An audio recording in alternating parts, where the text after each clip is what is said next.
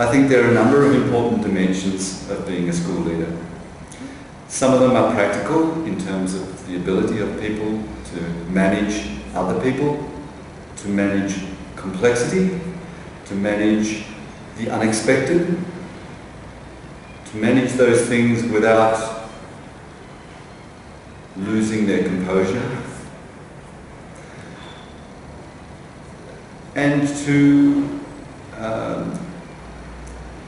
be expected to think not just what's happening now, but what's going to be happening in a week's time, a month's time, a year's time, and sometimes more. And so in a sense they're all practical skills. There are some ethical dimensions of being a school leader which are often they don't appear on standard documents. They include somebody who's prepared to think about what is our school doing, what am I doing as a leader, and why, rather than a leader who is concerned always to do what the last thing that they've been told to do. I think that a leader also has to have a certain strength of character. That doesn't mean that they need to be charismatic necessarily. It doesn't mean they need to be stubborn necessarily. It doesn't need to be that they are always listening to everybody else's point of view, but they do need to have a strength of character which can enable them to do all the things that they need to do and to deal with the challenges of being a leader in a school.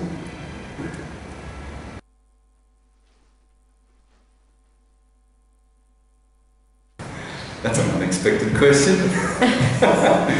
That was the question that I was asked at the very beginning of our workshops. And I said, well, I've only been here for a few hours, so I'm not sure that I can answer the question. And now I've been here for 4 days, so of course I will be able to answer the question. I can only speak about the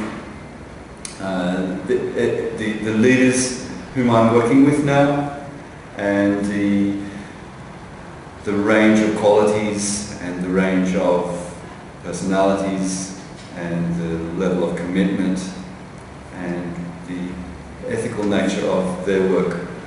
And if the group of people who have enrolled in this diploma are representative of the leadership throughout Chile, then it's a very, very positive story. They are people who clearly had developed a strong bond in their own work, but they were also quite welcoming of an outsider whom they knew not very much about. But so they were showing an ability to work together in a collaborative community, but not such a closed community that they weren't willing to consider what other people had to say, what other people were thinking, and what the questions that other people were asking. They're pretty good characteristics of leaders in the first place, it seems to me. Sometimes people talk about Chilean schooling and education as being driven by a requirement to teach a lot of content, to do a lot of things, and to compete with each other in ways that might predispose people to be very sort of individualist and to be perhaps hierarchical. And I haven't seen that in this group. Sometimes those things that are said about Chilean education systems might also predispose people not to be creative, not to be willing to have some fun, have a laugh. But again, it's not the case that I found this week. We've had a lot of fun, they've been very creative, and they have collaborated in ways which are very meaningful for them, and in their small groups, but for the group as a whole. And so we've worked hard. It's not easy to be working 8 hours or more for a day, where about 40 or 50% of the conversations are mediated by somebody translating something that's said. That's tough. That's not easy work. And to sustain that through the hot temperatures that we've had, it's not easy either. But I found a level of commitment and a level of collegiality which has been very refreshing, and I'm not just saying that because I'm sitting here. I genuinely enjoyed my time here with these leaders, and that's something positive about the leaders. If I could just say something about the workshop, when I've come from as far away as I have, and I knew that we were going to be working together for 5 days, there is a lot of preparation required, a lot of anticipation of, I wonder what I have to say that the Chilean leaders would be interested in. I wonder what I have to offer them that they maybe haven't heard before. So that was quite tricky to prepare that. I was only able to do that through collaboration with a number of people here in Chile and some Chilean students who are studying in Australia. So that has been the only way it's been possible. But I found that even when I am talking about ideas, concepts, strategies, policies with which the participants are familiar, they're still very open to new ways of thinking about things and sharing different ideas and sometimes differences of opinion. I have to say, on the first day, we were being very polite with each other and being very friendly, as one has to be when one starts these sorts of things. But within the course of that first day, people were already prepared to say, actually, that's not the way I look at things. And then, so we were able to have some quite interesting discussions and debates, even from that very first day, and that's what I wanted to see. I certainly didn't want to come here and have everyone nod their heads and say, yes, yes, we all believe that, and we all believe it the same way. That's not what's happening, and that's a good thing.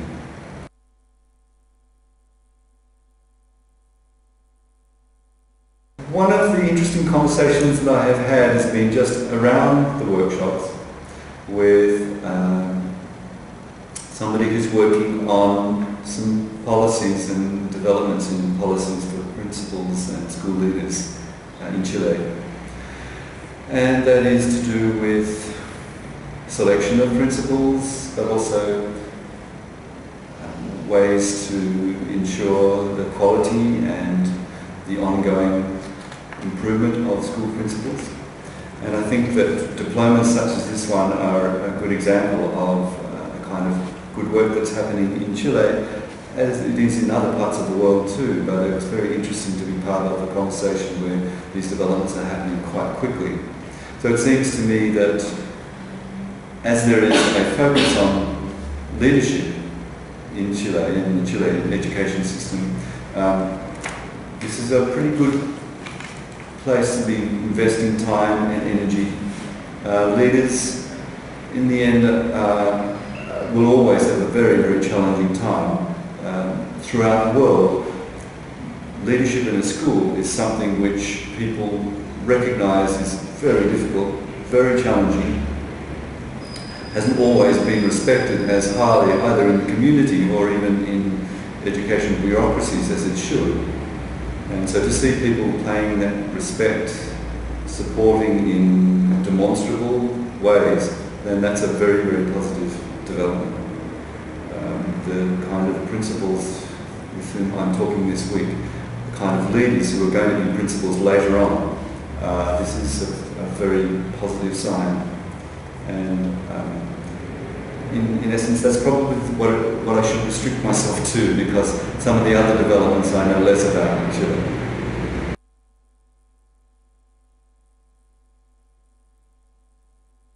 That was also the second question that I was asked when I arrived here just a couple of hours after I'd been here.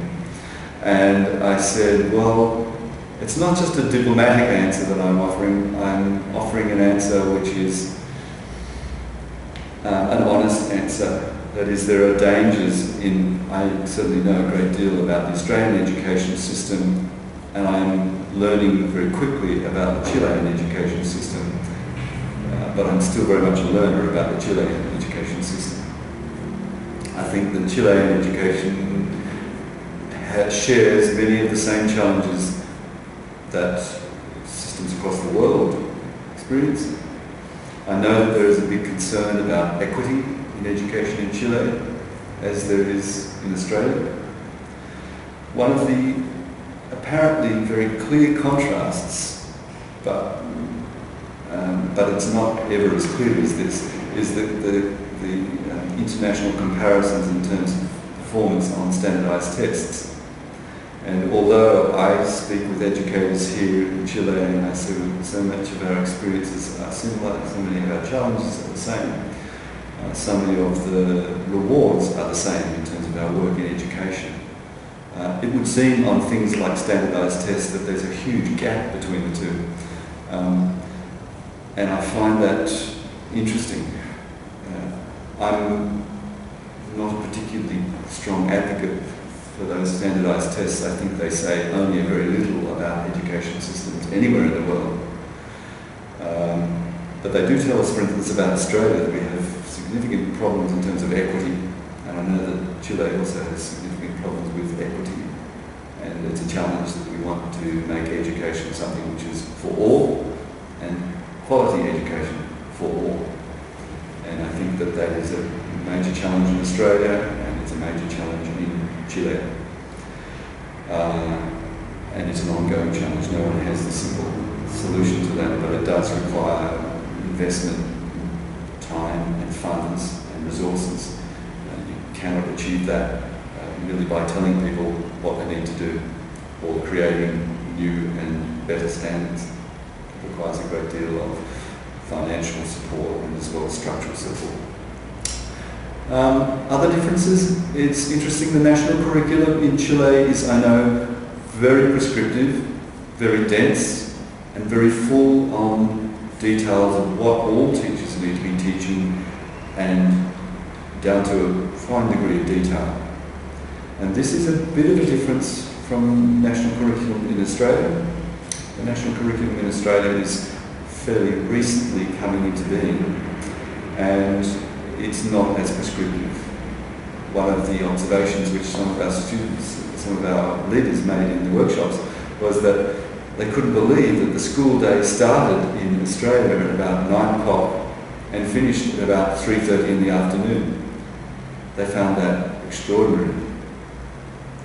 And indeed, I understand there are some suggestions, recommendations that the school day in Chile, which is already much longer than that, is lengthened even further. And that is quite a significant difference. That has all sorts of ramifications in the way that people are working. And I think that's an area that requires a lot of thought, and hopefully some input from teachers and schools and school leaders if such a policy is going to be brought into effect, where an assumption that more and more and more in terms of content and more and more and more in terms of minutes or hours in classrooms is going to produce better quality and better outcomes. I'm not sure that that is, if I can be so humble and so provisional in saying this, I'm not sure that that's actually the solution.